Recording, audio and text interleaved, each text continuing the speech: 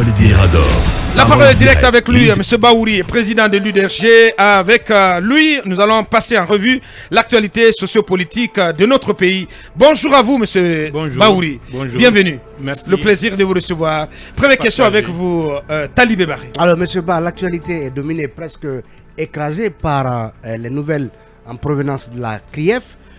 Tour à tour, Kassori, Damaro, Mohamed Diané et d'autres anciens dignitaires du régime Alpha Condé se retrouvent en prison. Qu'est-ce que cela vous inspire dans un contexte où beaucoup accusent parfois la CRIEF d'être expéditive quand il s'agit de placer des hauts cadres ou d'anciens hauts cadres sous mandat de dépôt? Allez-y.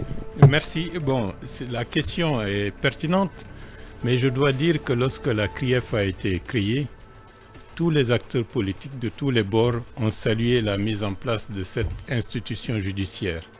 Parce que le mal de la Guinée, c'est principalement cette corruption endémique qui a appauvri un des pays qui aurait pu être leader de la région ouest-africaine aujourd'hui. Ouais. Et cette corruption n'a pas commencé maintenant.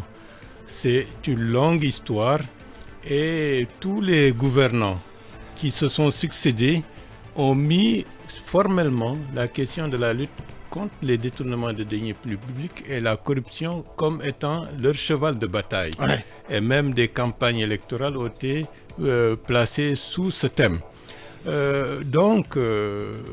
Pour le moment, vous savez qu'une procédure judiciaire, il n'est pas de bonne loi de la commenter parce que ça rentre dans un domaine spécifique.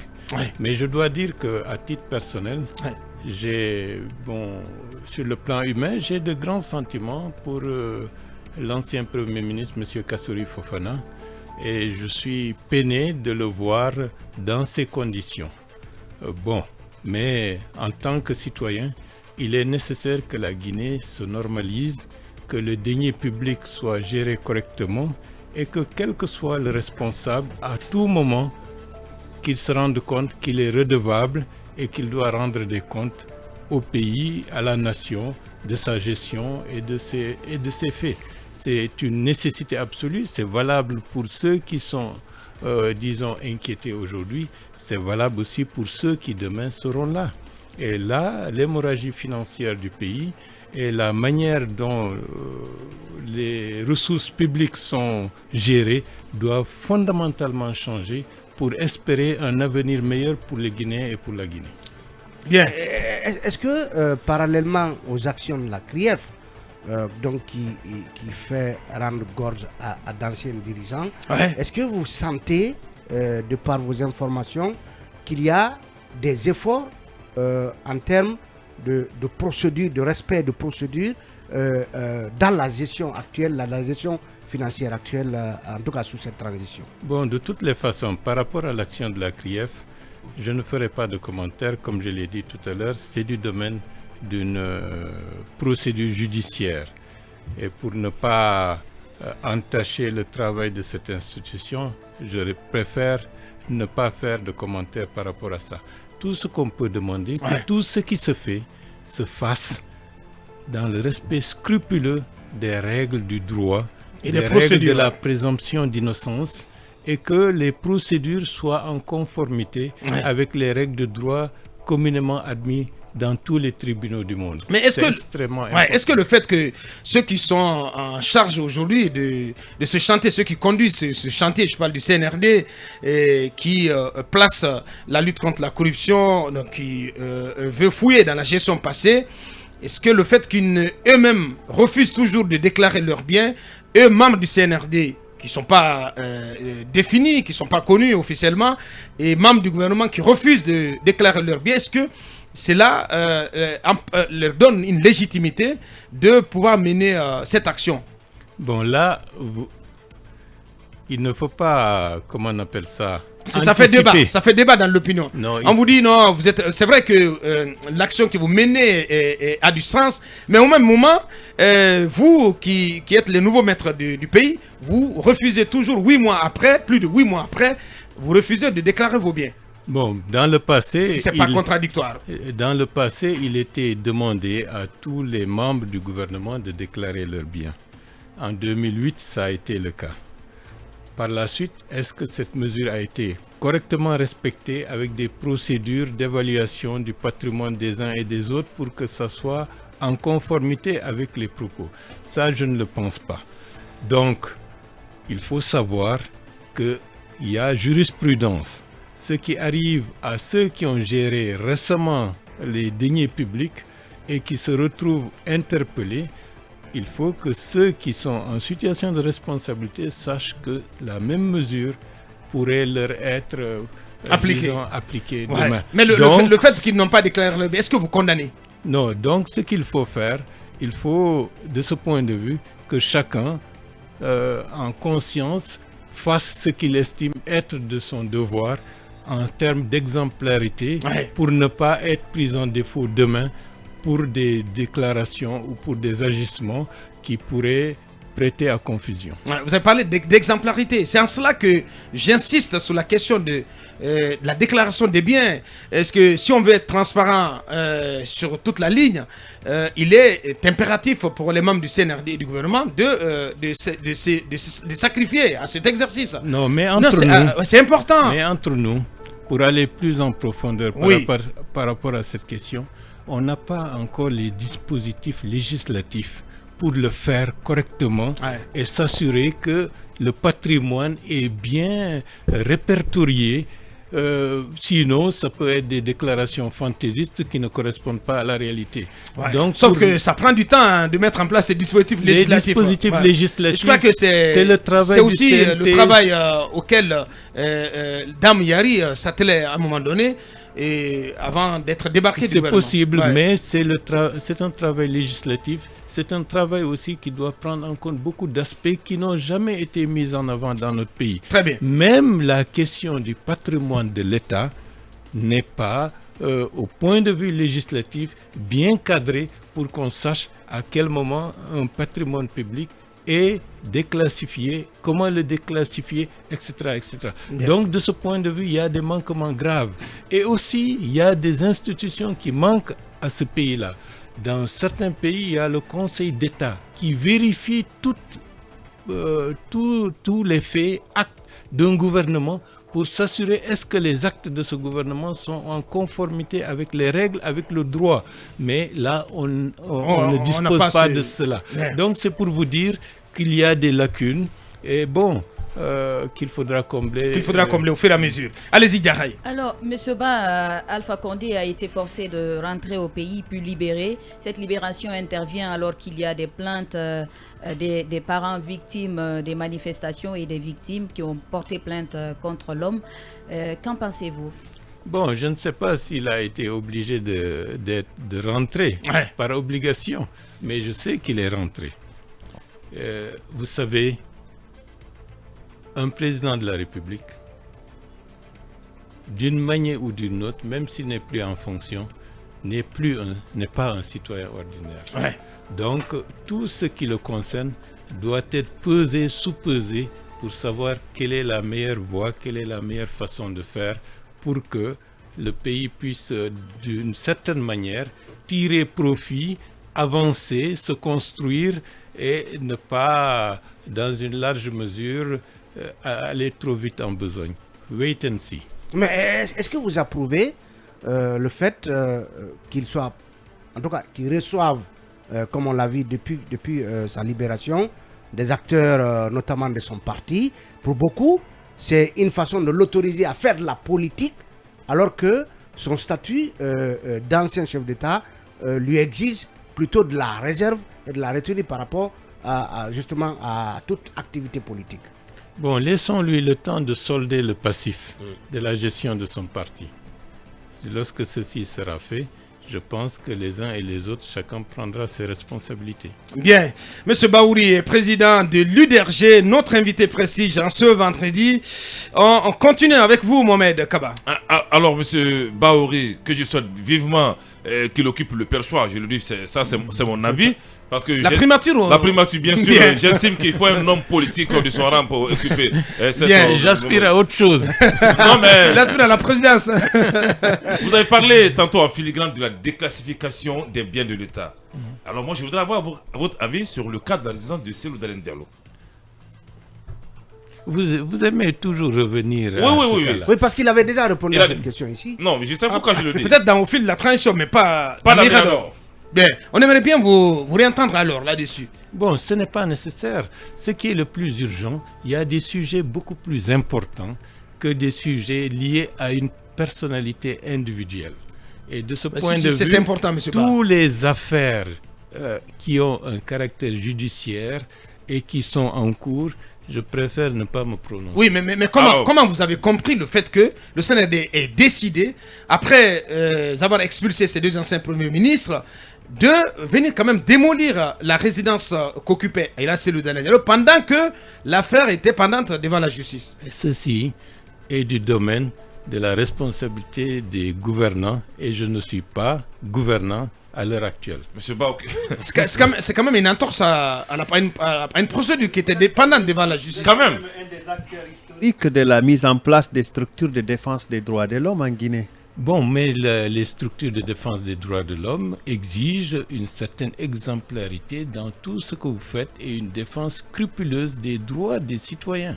Et de ce point de vue, le patrimoine national, comme les victimes de Kapororaï avaient subi de manière, j'allais dire, sauvage et barbare le déguerpissement. Et je rappelle qu'en tant que ministre de la Réconciliation nationale, ce dossier a été l'un des dossiers phares de cette action. Et le Conseil interministériel s'était réuni avec l'assentiment du général Lansana Conté pour enclencher un processus d'indemnisation pour une dynamique de réparation dans le cadre des déguerpis de Kapororaï. Et donc, de ce point de vue, l'État guinéen doit tirer les leçons des expériences antérieures. Bien. On aime trop, d'une manière ou d'une autre, faire toujours les mêmes choses. Kapororaï 98, Kapororaï 2016, 2017, 2018, Kapororaï 2018 n'aurait pas dû être parce qu'il fallait tenir compte de l'expérience antérieure. Effectivement. Et donc, les droits de l'homme concernent principalement les droits reconnus à tous les citoyens guinéens. Bien. Mais, lorsque vous êtes dirigeant, lorsque vous êtes puissant, faites attention à ce que vous faites. Mohamed. Mohamed avant Akouma, oui, allez-y. Ok. Mohamed. Alors, monsieur Ba, aujourd'hui, c'est un jour décisif en République de Guinée, car un chronogramme planifié de la transition sera présenté aujourd'hui aux forces vives. Est-ce selon vous une réponse à la CEDEAO? Mais pourquoi vous voulez mettre une réponse à la CEDEAO? C'est une nécessité nationale, Ouais. c'est une nécessité objective. Qui n'est Ouais, pas sauf que ça qui intervient, Attendez. ça intervient dans la foulée de l'expiration de l'ultimatum de la CEDEAO Chaque chose en son temps. et dans la Il perspective s'est de la avéré- venue d'une mission de la Il CEDEAO. s'est avéré Oui. que le moment est venu d'aller dans le vif du sujet en ce qui concerne la définition de la feuille de route et de la transition. Ouais, j'ai envie de dire, M. C'est pas- Baouri, il faut quelle pas- coïncidence troublante. Non. 8 mois après, on n'a pas été capable de servir un chronogramme assorti d'un délai. Il a fallu attendre ce coup de semence j'ai envie de dire, ce coup de semence de la CEDEAO, c'est cette pression de la CEDEAO pour que finalement on se hâte les pas qu'on a pris Non, pour sortir enfin un document. Je comprends ce que vous dites. Oui. Mais en Guinée, apprenons à faire en sorte que des actes qui vont dans le bon sens soient pris en compte comme tels et non pas présenter toujours les situations comme ceci est fait parce que l'autre a réagi ou tel a fait ceci. Ça fait un ring perpétuel. Ouais. Et un ring perpétuel ne permet pas à la population de prendre en compte les vrais enjeux Ouais. qui sont en train de se dérouler. CEDEAO, oui, ils ont demandé le chronogramme. Le chronogramme. Les partis politiques avaient déjà demandé le chronogramme. Et bien avant même la fin de l'année 2021. Ouais. Donc maintenant, la situation est suffisamment mûre de part et d'autre pour qu'il y ait convergence et que certainement qu'on ait la fixation de la durée de la transition. Ouais. Encore une fois, M. Ba, l'ANAD, la coalition dirigée par Cellou Dalein Diallo, décide encore de boycotter cette réunion. La cérémonie de présentation de ce chronogramme. Pas que l'ANAD, le FNDC. FNDC. Donc une frange importante d'acteurs locaux, à savoir l'ANAD, le FNDC, le RPG Arc-en-Ciel et autres, ne souhaitent pas prendre part à cette activité du CNRD. Comment vous comprenez leur attitude? C'est leur responsabilité, mais je considère que lorsqu'on s'intéresse à l'évolution politique de son pays, il y a des situations qu'on ne doit pas, par comment on appelle ça, par dépit, mettre de côté. C'est la vie du pays qui est en jeu. Ce n'est pas la vie d'une élection ou la vie de les ambitions de quelqu'un ou de quelqu'un d'autre. Ça ne veut pas dire qu'à n'importe quel prix, il faut s'associer à toutes les démarches, M. Ba. Non, peu importe. Y assister, c'est une manière symbolique de montrer qu'on s'intéresse à ce qui se fait. Ne pas y assister et le dire qu'on ne va pas y assister, c'est le fait de montrer qu'on se désintéresse de cela. Et politiquement, ça engage ceux qui le font à être, dans une certaine mesure, jugés ou mal jugés. Allez-y, Akoumba. Monsieur Baouri, on a entendu en tout cas le porte-parole du gouvernement dire qu'il n'avait pas à saisir la CEDEAO et qu'il n'avait pas à agir dans la précipitation sous le dictat de la CEDEAO, mais contrairement, la CEDEAO nous a sorti un communiqué pour dire qu'elle a été saisie d'une demande de rallonge, d'une demande de report de la date butoir. Vous, en tant qu'ancien membre du gouvernement, comment est-ce que vous appréciez ce toïboï-là, ce va-et-vient-là, et quel aurait été votre conseil double langage. Si vous étiez membre du gouvernement ou si vous étiez consulté, quel aurait été votre conseil? Mais avant de vous laisser répondre à cette question, puisque vous êtes banquier, et vous avez été aussi membre du gouvernement à une période un peu critique en Guinée, je voudrais pas vous amener à commenter le travail de la CRIEF, mais avoir votre regard sur les documents, les bases qui pourraient fonder les travaux de la CRIEF. Je fouinais, j'ai vu dans un livre intitulé « La Guinée en marche, mémoire inédite d'un changement de Mohamed Ben Saïd », qui parle des rapports, des audits, si vous voulez, quelque peu secrets, confidentiels de la Guinée, mais qui récapitule l'ensemble des travaux en matière d'audit en Guinée, qui précise en sa page 79 que, par exemple, pour envoyer Mamadou Sylla en prison, le président du Futurlec, un cadre guinéen dont je me réserve de dire le nom, mais l'auteur l'a bien cité, a été utilisé pour falsifier le rapport sur ce que la Guinée doit à Futurlec pour en faire de Futurlec celui qui doit à la Guinée, et que ce rapport a pu conduire Mamadou Sylla en prison. Vous, en tant qu'ancien banquier, en tant qu'ancien membre du gouvernement, en tant qu'aussi défenseur des droits de l'homme, quel conseil pourriez-vous donner aux travaux actuels, aux dirigeants actuels, pour ne pas se précipiter dans des actions qui pourraient créer du tort à des innocents? Par rapport à ça, ce qu'il faut dire, connaissant la manière dont les choses ont été faites dans ce pays, dans un pays marqué par la délation, par, disons, des attitudes qui consistent à vouloir nuire à des personnes pour des intérêts qui n'ont rien à voir avec les intérêts publics, c'est d'être très prudent dans l'exploitation des documents, des travaux qui ont été faits antérieurement, et d'aller de manière graduelle, en menant des enquêtes, en confrontant les uns et les autres pour avoir une idée claire avant de passer à une étape susceptible de faire incarcérer une personne. Parce qu'au-delà de ça, c'est sa vie qui est en jeu, c'est sa réputation. Et le fait de nuire à la réputation de quelqu'un, c'est pratiquement le tuer à petit feu. Donc, faisons attention. Des gens ont été traités de tout simplement par des gens qui leur en voulaient pour des règlements de compte. Ne tombons pas dans ce travers. La CRIEF doit faire preuve de professionnalisation et de respect scrupuleux des règles pour ne pas créer des actes d'injustice qui peuvent amener des personnes à perdre beaucoup au-delà de leur liberté, mais surtout la réputation et l'image de ce qu'ils ont donné. Bien. Ça, Peut-être c'est sur la la première première question. chose. Sur la première question. Le double langage.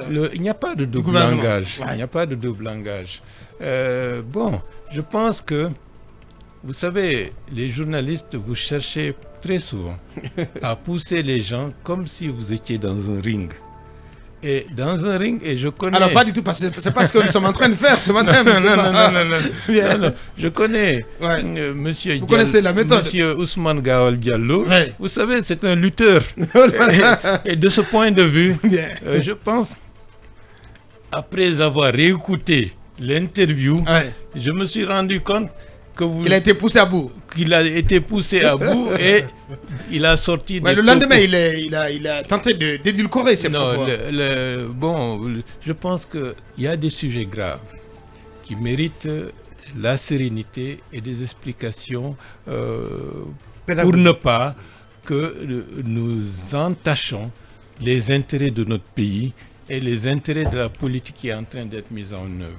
Ce qui est le plus important, ce n'est pas la déclaration. Ouais. Ce qui est le plus important, c'est l'action qui a été menée Ouais. de manière diplomatique et officielle Ouais. pour rencontrer les autorités de la CEDEAO CEDEAO et de faire preuve d'une doléance. Donc, il n'y a pas de double langage. Bien. Cessons de Donc, de ce qu'il faut, chercher de retenir, hein, c'est l'action diplomatique c'est menée l'action à diplomatique. Accra auprès C'est de... ça qui est officiel, officiel, bien qui est clair. Ouais. Maintenant, on peut avoir des propos malencontreux, Ouais. surtout dans cette période de Ramadan où on peut Eh ben. lorsque Mais attention, c'est lorsque un Diallo, les c'est un Diallo, Akumba c'est un Diallo qui poussent- s'est exprimé. Ouais. Alors, mais puisque vous parlez de Gawal avant Manu, comment sont devenus aujourd'hui vos rapports? Et vous avez vu aussi que plusieurs au cadre de l'UFDG, vous revendiquez un membre fondateur de l'UFDG, sont partis avec le CNRD, Alpha Bakar, Bakary Keita, qui était président de l'aide jeune,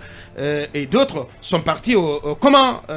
Quel regard vous portez sur ces nominations issues, de cadres issus des rangs de l'UFDG? D'abord, vos rapports avec Ousmane Gawal. Non, ces rapports sont cordiaux, fraternels et bon, excellents. Très bien. Avec les autres, je leur souhaite bonne chance. Et de Vous faire... pensez qu'ils ont bien agi en allant Mais pourquoi pas? Ce sont des citoyens guinéens. Leur pays les a appelés à assumer des responsabilités Bien. à un moment où il n'y a pas de parti pris politique au cours de cette transition. Donc, ils estiment qu'ils peuvent servir leur pays et je trouve que ils ont bien fait et je leur souhaite bonne chance et de faire preuve d'exemplarité et de professionnalisme dans l'exercice de leurs fonctions. Justement, non, excuse-moi, mais M. Baouri, est-ce vous qui détenez l'agrément de l'UFDG? parce que la question se pose. On a vu, c'est quand même ce débat sur la toile. Mais bon, moi j'ai dans mes dossiers, dans mes archives, j'ai des traces de l'agrément de l'UFDG.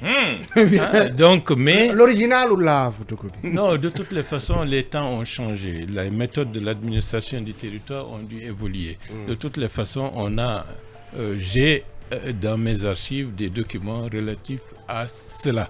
Maintenant... Et si on vous demandait, dans le cadre du contrôle que le ministère veut déclencher, on vous demandait de transmettre ces dossiers à la direction actuelle du parti, est-ce que vous allez le faire? Moi, je crois qu'ils ont un des éléments de ce dossier. Forcément. Nécessairement.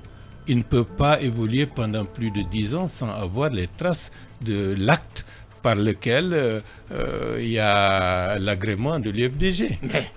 Allez-y, Manu, on continue l'interview avec vous. Alors, je vais vous poser une question par rapport à on va dire des transitions en cours aujourd'hui dans la sous-région, la Guinée, le Mali, le Burkina Faso.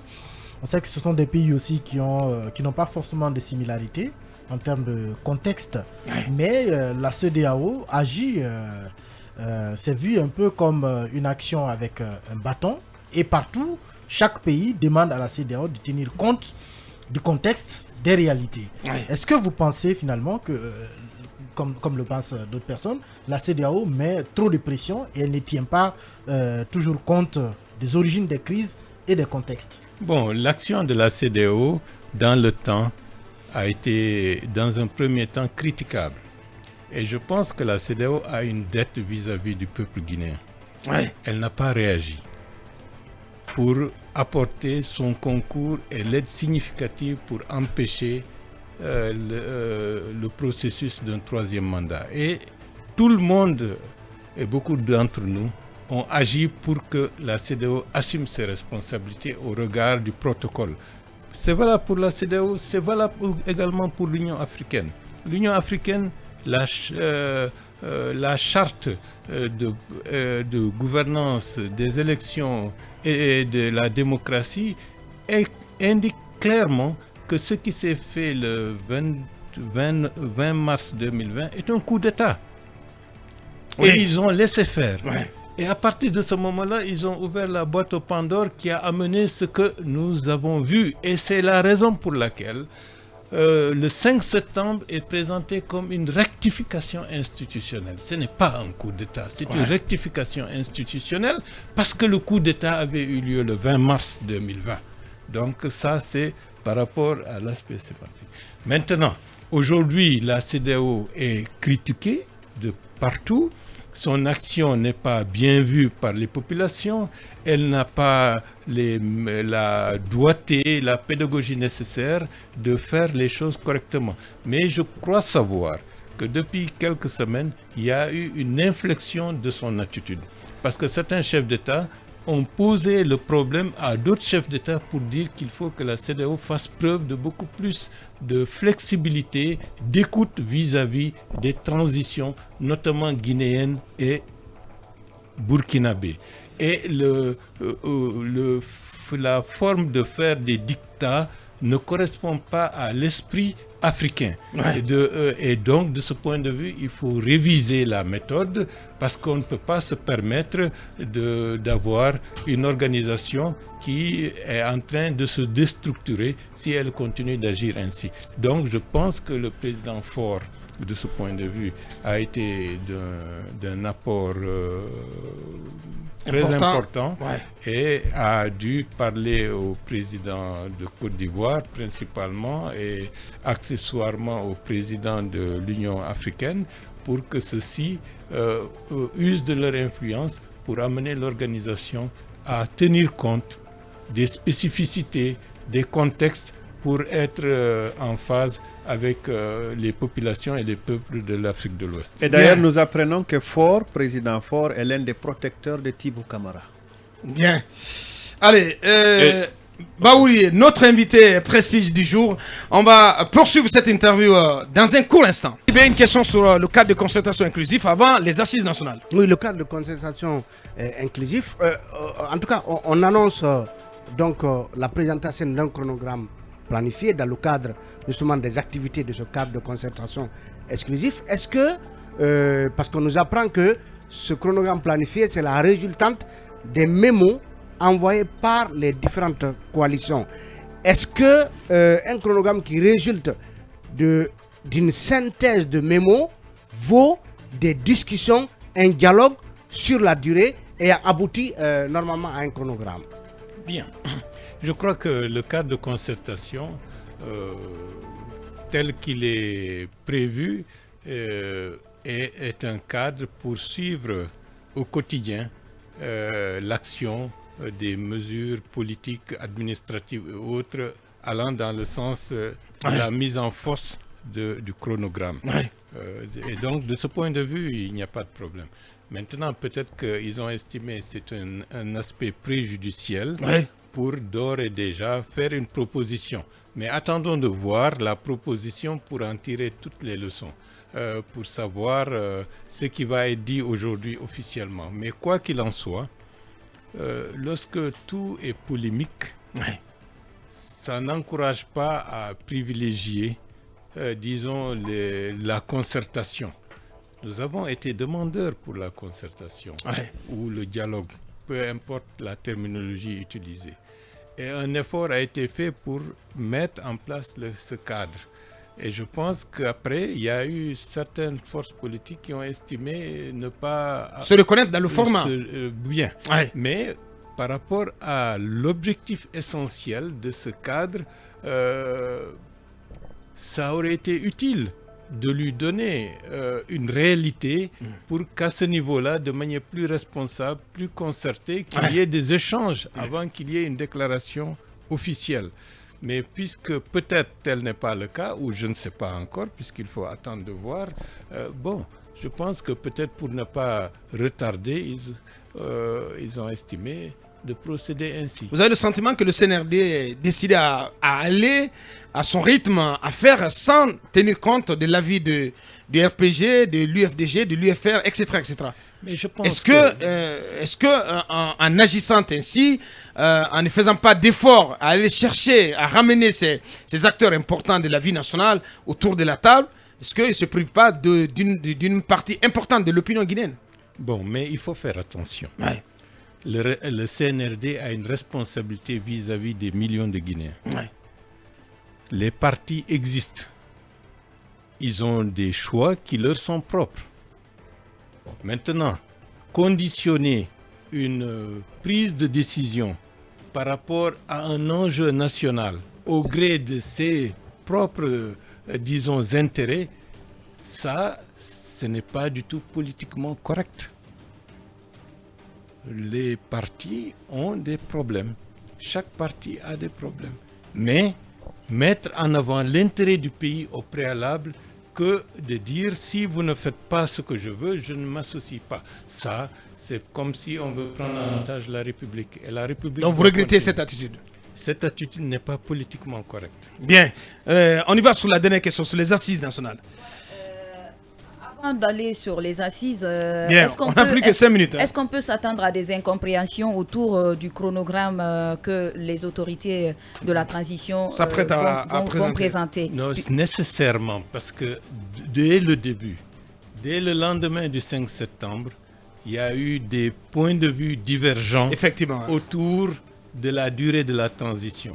Il y a certains qui ont estimé que le CNRD ne doit être que doit organiser le passage de témoins d'un pouvoir à un autre. Nous avons estimé que l'expérience de notre pays fait qu'il y a des préalables à régler auparavant.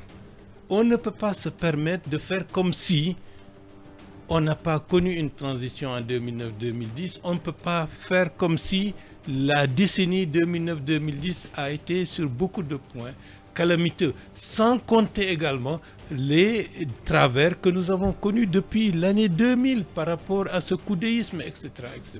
Donc la Guinée a toutes les expériences dans le mauvais sens pour dire cette fois-ci, faisons les choses correctement, pour ne pas avoir à revenir en arrière. D'où la nécessité de ce chronogramme que je salue, et que ce chronogramme, la mise en force de ce chronogramme qui doit indiquer la durée optimale de la transition dont la Guinée a besoin. Bien.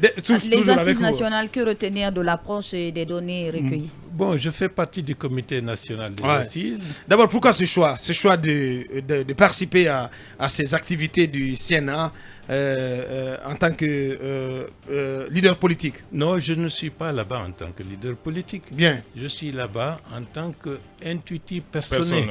Ils ont estimé qu'il y a des hommes et des femmes qui sont utiles dans le cadre de ces assises pour apporter une valeur ajoutée à ces actions.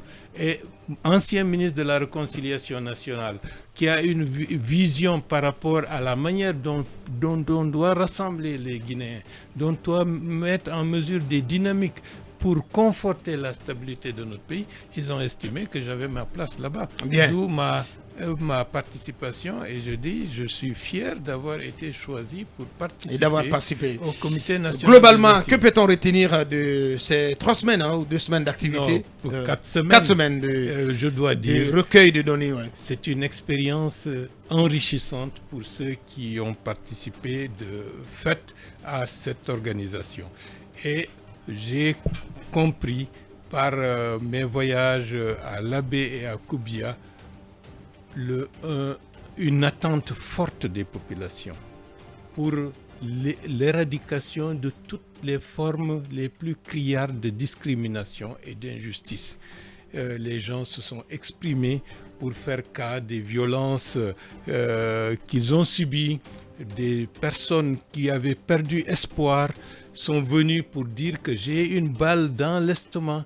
J'ai utilisé toutes mes ressources. Mes parents m'ont abandonné. J'aurais pensé au suicide si je n'étais pas animé d'une foi musulmane. Et donc, les assises constituent un espoir de voir ces gens-là, d'une manière ou d'une autre, avoir, disons, le soutien, les réparations nécessaires pendant qu'il est temps. Et j'ai compris également qu'il n'y a pas de tabou de discuter des problématiques de la Guinée.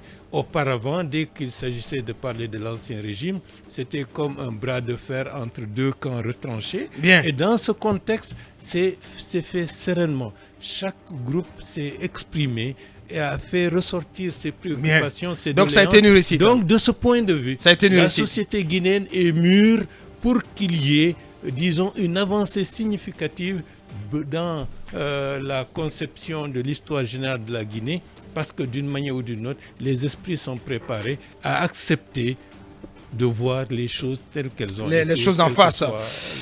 Bien, c'était donc M. Baouri, président de l'UDRG. Il était notre invité précis. Grand merci à vous, M. Ba. Merci d'avoir accepté notre invitation. Ça n'est terminé pour aujourd'hui. Nous parlerons ou nous reparlerons du rapport du CNT.